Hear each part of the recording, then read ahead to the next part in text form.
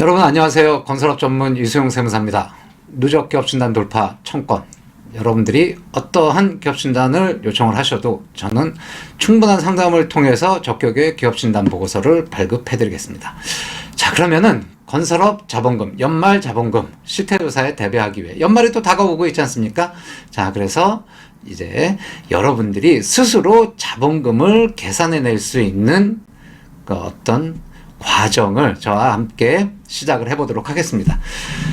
자, 그래도 의지를 갖고 하시는 겁니다. 만약에 다 전에도 지난 그 편에서도 말씀드렸지만 뭐 이걸 다 듣고도 안 되면 뭐 저한테 보내주시면 되고요.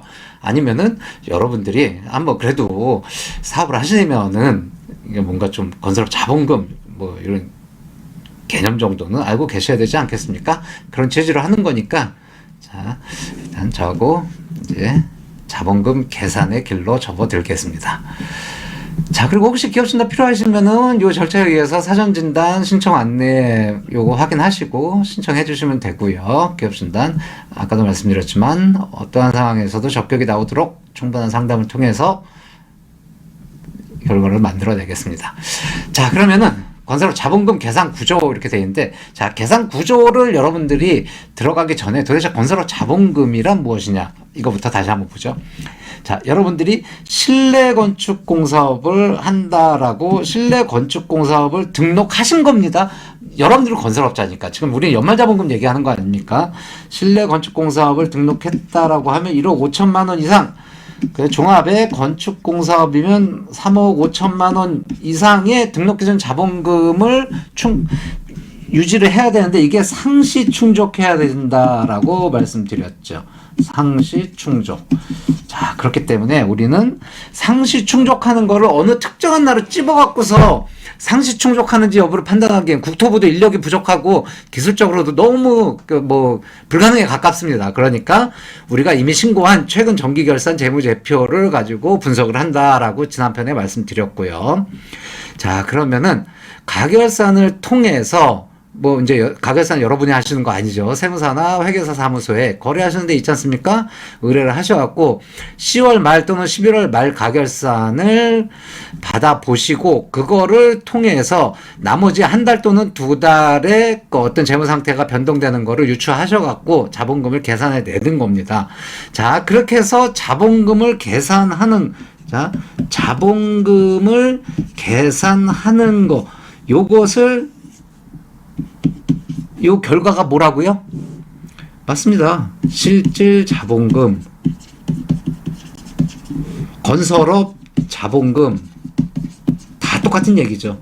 그리고 지금 우리가 연말에 계산하니까 연말 자본금 이렇게 얘기하는 겁니다. 이게 연말 자본금이 뭐 대단한 게 아니에요.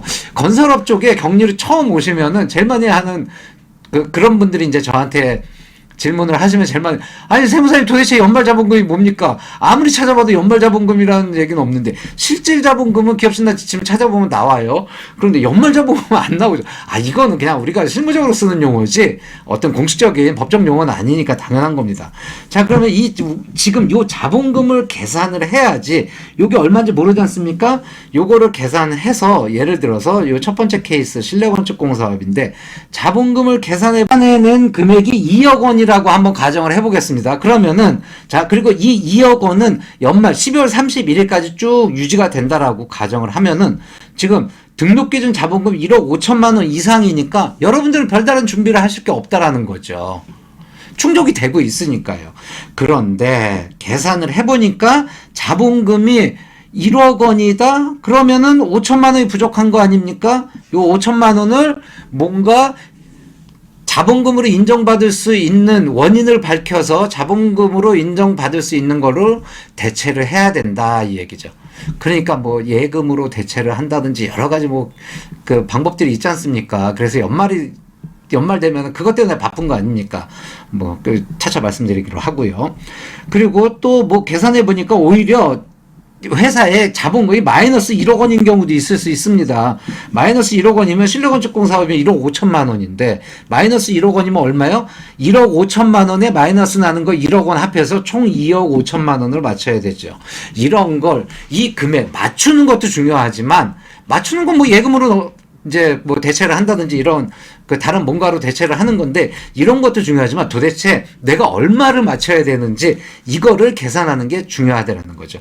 그러면은 자, 요거를 계산하기 위해서는 우리 회사의 자본금이 현재 자본금이 얼마인지를 계산해야 되고 그 자본금이 얼마인지를 계산하는 게 바로 기업진단 지침이다 이겁니다. 그런데 여러분들께서 기업진단 지침을 저는 진단자니까 당연히 하루에도 뭐 이렇게 계속 들춰볼 텐데 여러분들이 그걸 그렇게 뭐 열심히 공부하실 필요까지는 없다는 거죠. 저와 뭐 다 해서 한 2시간도 안 될 겁니다. 그 정도, 제가 전문건설업회라든지 이런 데 가서 건설업 그 사장님들 모아놓고 그 실적 신고할 때 강의 나가면 1시간 줘요, 시간을. 1시간 안에 제가 말씀을 드려도 충분히 이해하시는 분들 많이 계시거든요. 그러면 제가 여기서 시간을 조금만 더 투자하면 여러분들 충분히 이해할 수 있으니까 걱정 안 하셔도 됩니다. 자, 그리고 제가 마지막에 굉장히 간단하게 자본금 계산하는 방법 알려드릴 테니까 기대하시기 바랍니다. 자, 그럼 우리는 이제 자본금을 계산해야 되는데 도대체 자본금이라는 게 어떻게 계산하는 거냐?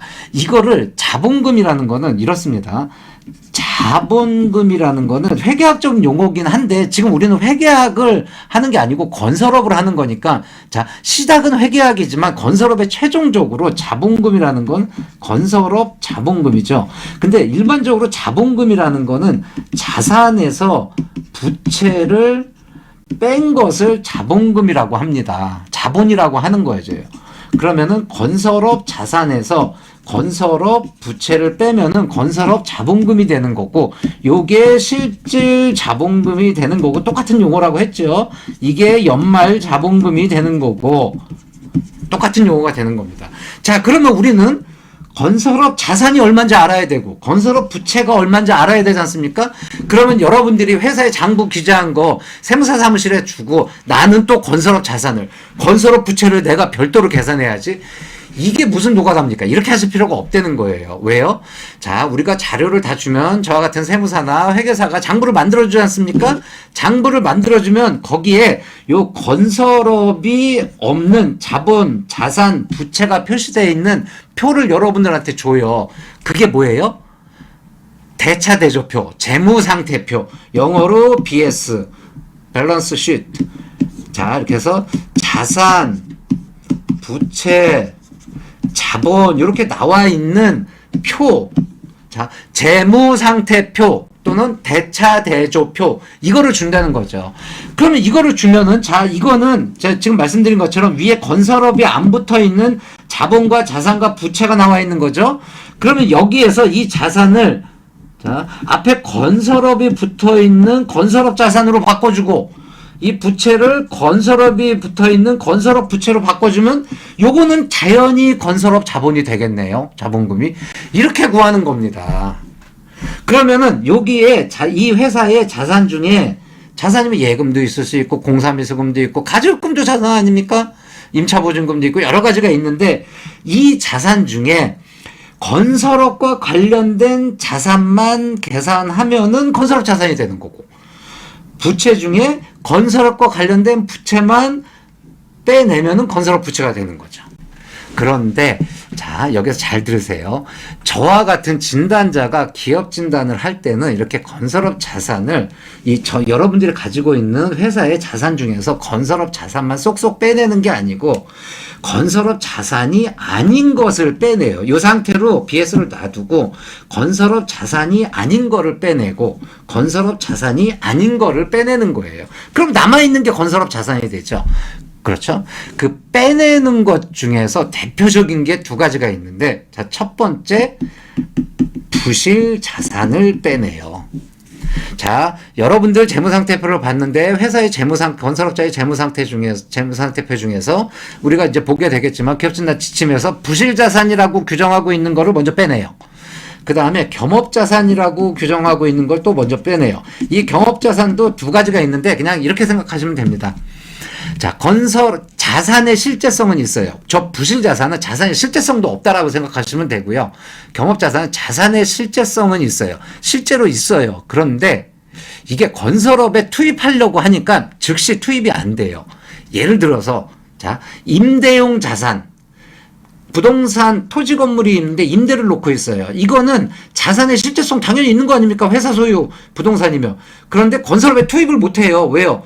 임대인의 그 임차인의 허락을 받아야 되니까. 일단 사용권은 일단은 내가 2순위잖아요. 1순위 임차인. 그리고 예금이 있습니다. 그런데 질권이나 담보권이 설정되어 있어요. 내 돈은 맞아요, 예금이. 그런데 건설업에 투입을 하려고 보니까 질권자나 담보권자한테 허락을 받고 와야 돼요. 이런 것들을 경업자산이라고 하는 거예요. 아시겠죠? 그리고 부채는 뭐냐면은, 부채는 빼주겠습니까? 안 빼주겠습니까? 당연히 안 빼주죠. 보수적으로 생각해서. 그러면은 오히려 더 가산이 되겠죠. 이게 장부에 분명히 있어야 되는데, 지금 장부에서 보이지 않는 계정 과목들이 있어요. 대표적인 게 뭐 은행 차입금이라든지 공제조합 융자금이라든지 이런 거는 보통 될 수 있으면 다 서류가 너무 명백하니까 다 집어넣지요. 그런데 아주 이제 대표적인 게 두 개인데, 첫 번째 퇴직금 추계액. 여러분들 기술자들이 있으니까 무조건 퇴직금 발생합니다. 추계액 발생합니다. 퇴직금 추계액은 뭐냐면은 종업원들이 일시에 퇴직할 때 내가 이 회사가 얼마를 줘야 돼, 퇴직금으로 얼마를 줘야 되는지, 요거 뭐 1년마다 기술자 계속 바꿀 거 아니지 않습니까? 퇴직금 추계액 발생합니다. 두 번째, 공사 선수금이라고 있는데, 요거는 이제 여러분들이 그 이제 공사 수익에 대한 거를 좀 얘기를 해야 되는데, 그 너무 이제 거기까지 제가 말씀드리면 너무 힘들어지니까 일단 그거는 말씀 안 드리겠습니다. 근데 저희가 진단할 때는 이렇게 크게 두 개를 좀 중점적으로 보거든요. 그러니까 여러분들 퇴직금은 반드시 부채에서 누락돼 있구나라고 생각을 하셔야 됩니다. 자, 이렇게 하면은 요 건설업 자산과 건설업 부채가 계산이 됐으니까, 건설업 자산에서 건설업 부채 빼면 건설업 자본금, 요거는 자동으로 계산되는 거죠. 이런 구조예요. 이런 구조. 그런데 이런 구조로 계산을 하려고 보니까 이게 너무 어렵다는 거죠. 자, 그래서 이 다음 페이지 건설업 자본금 계산 구조에 정의해가지고 나와 있는 거 한번 읽어보세요. 제가 지금 말씀드린 거거든요. 자, 이렇게 부실자산과 경업자산을 제거하고, 그 다음에 부채에 그 어떤 부해부채를 가산하면은 결국 요 건설업 자산과 건설업 부채가 계산되고, 건설업 자산에서 건설업 부채를 빼면은 건설업 실질자본금, 건설업 자본금, 그냥 실질자본금, 연말자본금 다 똑같은 얘기다, 이렇게 말씀드린 거고요. 이렇게 계산하려니까 너무 힘들어요. 이게 진단자들은 이렇게 당연히 해야 되는데 여러분들은 이렇게 계산하려면 힘들다는 거죠. 그러니까 자, 생각을 해보겠습니다. 회사의 이 BS가 재무상태표, 대차대조표, 이거는 아직 건설업 안 간 겁니다. 아직은 회계입니다. 회계. 여기에 회계의 자산과 회계의 부채와 회계의 자본, 이렇게 되어 있습니다. 그리고 이 표는 앞으로 제가 뭐 몇 번 계속 그릴 수도 있는데, 이거 지금 이해하셔야 돼요.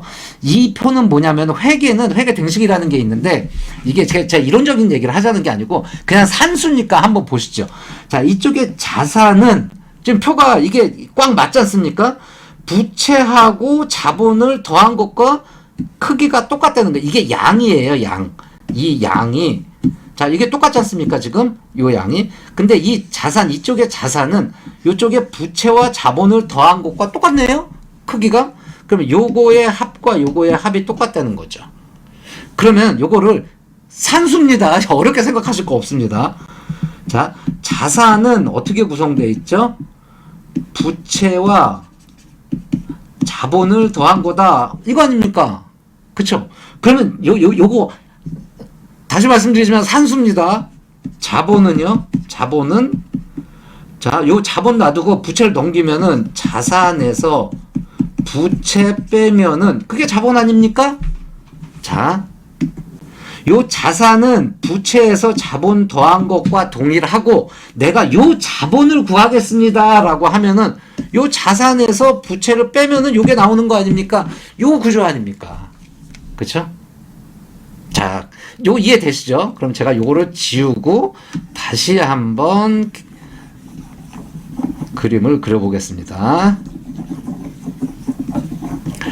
자, 이 BS가, 여러분, BS가, 자, 아직은 회계입니다. 자산에서 부채, 자본인데, 아까 전에 제가 말씀드린 구조대로 하면은, 자, 건설 자본금 어떻게 계산되느냐? 첫 번째, 뭐를 뺀다고요?